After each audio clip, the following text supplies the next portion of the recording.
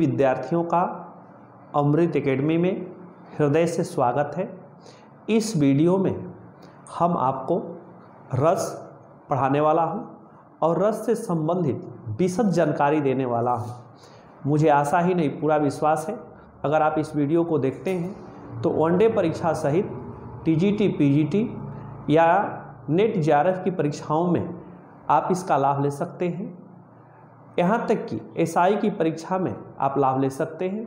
अगर आपको वीडियो पसंद आता हो तो अधिक से अधिक लाइक करें, सब्सक्राइब करें, लोगों के बीच शेयर करें, ताकि आपके साथ साथ अन्य भी विद्यार्थी इस वीडियो का लाभ ले सकें। अभी टीजीटी, पीजीटी का वैकेंसी आई है। मैं टीजीटी, पीजीटी की कक्षा जो है 2 नवंबर से दिन में 2 बजे स्टार्ट कर रहा हूं। अगर आप में से किसी को तैयारी करना है या आपके संपर्क में आने वाले किसी भी व्यक्ति को तैयारी करना है तो मेरे कांटेक्ट नंबर पर, मोबाइल नंबर पर संपर्क कर सकता है। आइए रस और रस के बारे में विस्तृत आपको बताते हैं। क्या है रस?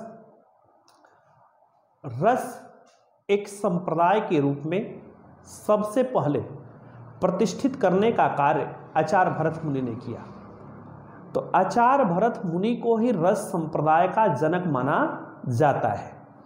लेकिन हम लोग रस किसे कहते हैं, रस की परिभाषा क्या है, ये सब एक क्रमवार रूप से इसका अध्ययन इस वीडियो में करेंगे। आइए जरा देखते हैं क्या है। अगर पूछा जाता है कि रस किसे कहते हैं, यानी रस किसे कहते हैं, तो आप बताएंगे जब किसी काव्य को पढ़ने या नाटक को देखने के उपरांत हृदय में आनंद की अनुभूति होती है तो उसे रस कहते हैं। यानी काव्य को पढ़ने और नाटक को देखने के उपरांत आनंद की अनुभूति होती है, आनंद की अनुभूति होती है तो उसे रस कहते हैं। यह है रस। आइए अब हम लोग, ये तो रस की परिभाषा हुई। प्रश्न उठता है कि मूल रसों की संख्या कितनी है या रस के अंग कितने हैं। ध्यान रहे, भरत मुनि ने अपने नाट्य शास्त्र में 9 ही रस बताए। माफ करिएगा, भरत मुनि ने अपने नाट्य शास्त्र में केवल 8 रस बताए हैं, यानी वो शांत रस को स्थान नहीं देते हैं। लेकिन रस के बारे में साहित्य दर्पणाकार आचार्य विश्वनाथ का मत है। क्या? वाक्यम रसात्मकम काव्यम। वाक्यम रसात्मकम काव्यम, इसका आशय क्या है? इसका आशय होता है रसात्मक वाक्य को ही काव्य कहते हैं और रस को ही काव्य की आत्मा कहते हैं। यानी रसात्मक वाक्य को ही काव्य कहते हैं और रस को ही काव्य की आत्मा कहते हैं, विश्वनाथ कहते हैं। लेकिन भरत मुनि एक सूत्र देते हैं, किसके बारे में? रस के बारे में। इनका सूत्र जरा देखें क्या है। भरत मुनि का सूत्र है, क्या है? विभावा अनुभाव भव्य विचारी संयोगा द्रस निष्पत्तियः।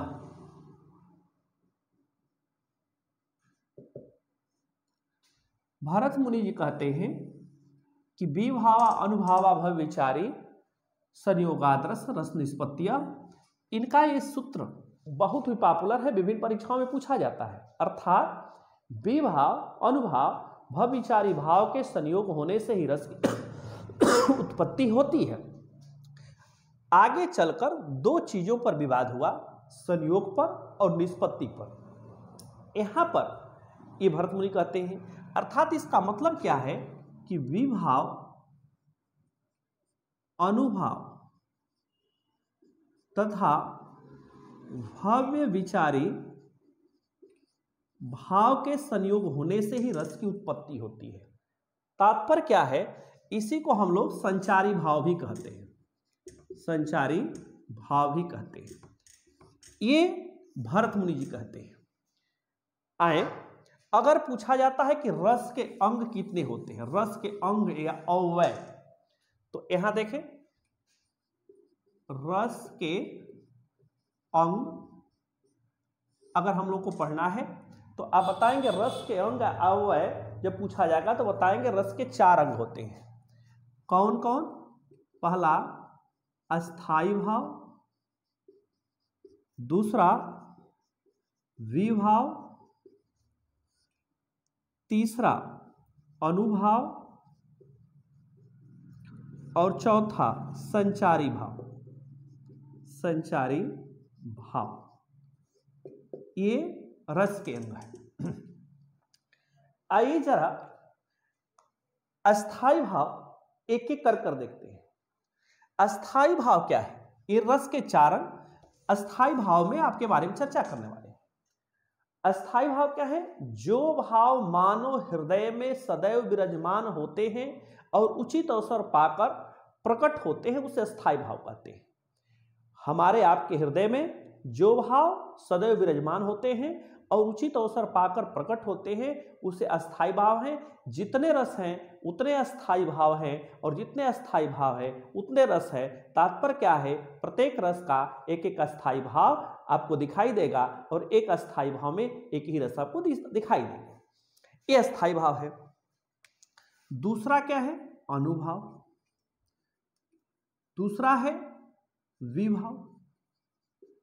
पहला रस का अंग अस्थाई भाव, दूसरा विभाव।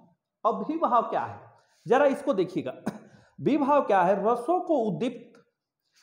को उदित और उद्दीप्त करने वाले सामग्री को विभाव कहते हैं। जो भाव रसों को उदित या उद्दीप्त, जो भाव रसों को उद्दीप्त करते हैं उसे विभाव कहते हैं। जो भाव रसों को उदित या उद्दीप्त करते हैं उसे विभाव कहते हैं। ये विभाव के 2 भेद हो जाते हैं। ध्यान दीजिए, आलंबन विभाव और दूसरा उद्दीपन विभाव।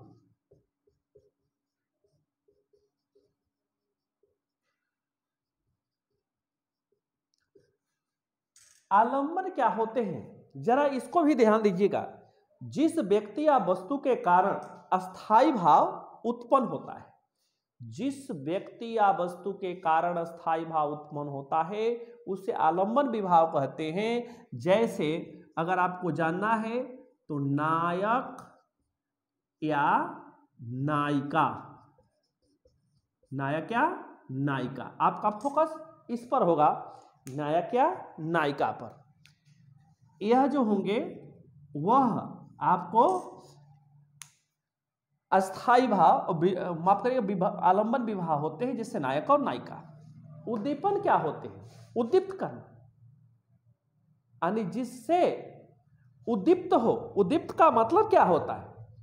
तीव्रता करने वाली वस्तु। जैसे नायक या नायिका के सौंदर्य, यानी यहां देखिए, नायक या नायिका के सौंदर्य, यह उद्दीपन का काम करते हैं। एक आता है आश्रय। आश्रय क्या होता है जरा ये देखिए। आश्रय का मतलब होता है क्या? जिसके हृदय में भाव उत्पन्न होता है। आश्रय क्या होते हैं? यहां देखिए, जिसके हृदय में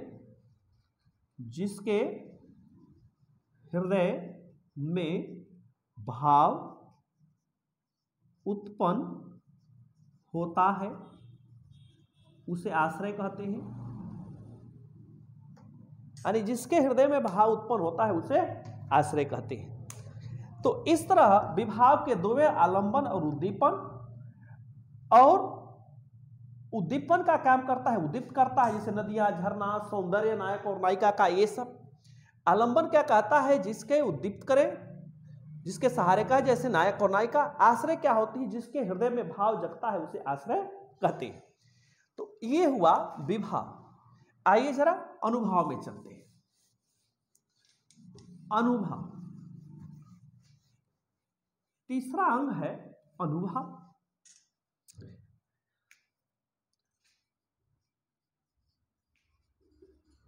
यहां देखें अनुभाव क्या होते हैं। अनु माने होता है पीछे चलना, अभाव माने विचार। तो इसका मतलब होता है मनोगत भावों को व्यक्त करने वाले शारीरिक और मानसिक चेष्टा का अनुभाव करते हैं। क्या है? मनोगत भावों को व्यक्त करने वाले शारीरिक और मानसिक चेष्टा को अनुभाव कहते हैं।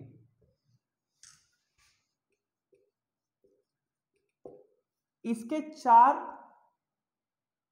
भेद होते हैं, यानी अनुभाव के 4, 1, 2, 3, 1, 4। जरा देखिए कौन कौन। कायिक, दूसरा वाचिक, तीसरा सात्विक और चौथा आहार्य। किताबों में अलग अलग मिलते हैं, लेकिन आप 4 जानेंगे, कायिक, वाचिक, सात्विक और आहार्य। तो कायिक माने शारीरिक चेष्टा, वाचिक का मतलब जो भाव वचन से संबंधित होते हैं, यानी मानसिक। आहार्य माने होता है वेशभूषा। और सात्विक अनुभाव का मतलब क्या होता है? सत्य, यानी जब हम सात्विक की बात करते हैं तो जो सही जिस रूप में हो। तो अब ये सात्विक अनुभाव के, ध्यान रखिएगा, ये सात्विक अनुभाव के 8 उपभेद होते हैं। सात्विक और इनके क्या होते हैं? 8 उपभेद होते हैं। उपभेद होते हैं ये 8। इस पर आपकी फोकस होनी चाहिए। अगर पूछ दिया जाए सात्विक अनुभाव के कितने भेद होते हैं? 8। इस तरह से आपने देखा अनुभाव क्या है। आगे हम लोग संचारी भाव, संचारी भाव में चलते हैं। जरा देखिए संचारी भाव।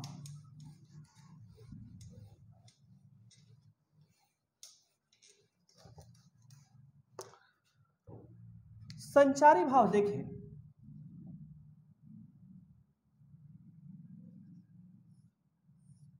इसी को भरत मुनि, आचार्य भरत मुनि जो कहते हैं भवविचारी भाव ही कहते हैं। ये क्या है संचारी भाव? जो भाव मन में थोड़े समय के लिए, जो भाव मन में थोड़े समय के लिए संचय रहे, इकट्ठा रहे, उसे संचारी भाव कहते हैं। यानी जो भाव मन में थोड़े समय के लिए चले उसे ही संचारी भाव कहते हैं। आपसे पूछा जाता है संचारी भावों की कुल संख्या कितनी है? आप बताएंगे संचारी भावों की कुल संख्या 33 है, यानी 33 है संचारी भावों की कुल संख्या। इसे कहा जाता है कौन सा भाव? क्षणिक होता है, क्षणिक या क्षण भंगुर। तो आप बताएंगे संचारी भाव क्षणिक होता है, क्षण भंगुर होता है। इस तरह से रस के सारे अंग कंप्लीट हो गए। अब आपसे पूछा जाएगा किस रस के क्या स्थायी भाव है, तो आप बड़े ही आराम से बोर्ड पर देखकर आराम से याद करते हुए बता सकते हैं कि किस रस का क्या स्थायी भाव है। तो आप उसको 2 कॉलम में समझें, एक में लिखें रस का नाम और दूसरे में लिखें अस्थाई भाव। अस्थाई भाव इसको आप समझ सकते हैं 1, 2, 3, 4, 5, 6, 7, 8, 9 यही मूल रस है, ये मान्यता प्राप्त रस है। लेकिन 10 और 11 आधुनिक ये भी मानते हैं, लेकिन पूछा जाएगा कि रसों की संख्या कुल कितनी है, 9 है, यही मान्यता प्राप्त रस है। तो आइए जरा एक एक देखते हैं। पहला है श्रृंगार रस, दूसरा है करुण रस, तीसरा है वीर रस, चौथा है हास्य रस, पांचवा है रौद्र रस, छठवां है विभत्स रस, सातवां है अद्भुत रस, आठवां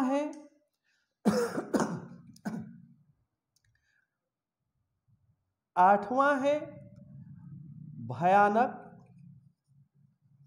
रस, और 9वां है शांत रस, 11वां है वात्सल्य रस, और 10वां है वात्सल्य रस, 11वां है भक्ति रस। भक्ति रस। अब इनका स्थायी भाव देखें। श्रृंगार रस का स्थायी भाव जो है वो रति है,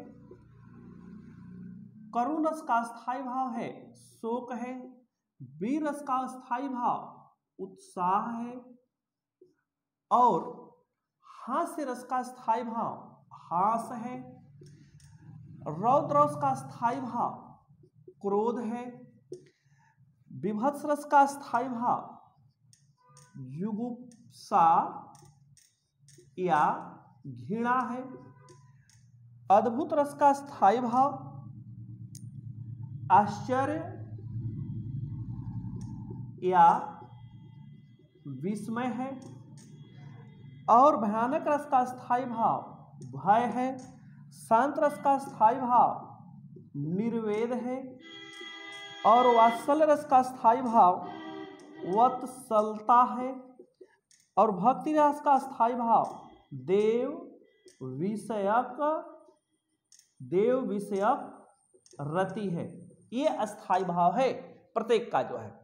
अब भरत मुनि के अनुसार जो है रसों की संख्या यही तक हो जाती है, यानी शांत रस को भरत मुनि अपने नाट्यशास्त्र नामक ग्रंथ में स्थान नहीं देते। ध्यान रखिए, भरत मुनि अपने नाट्यशास्त्र नामक ग्रंथ में शांत रस को स्थान नहीं देते, वह भयानक रस तक ही मानते हैं। तो अगर शांत रस को स्थान नहीं देते तो निर्वेद को भी नहीं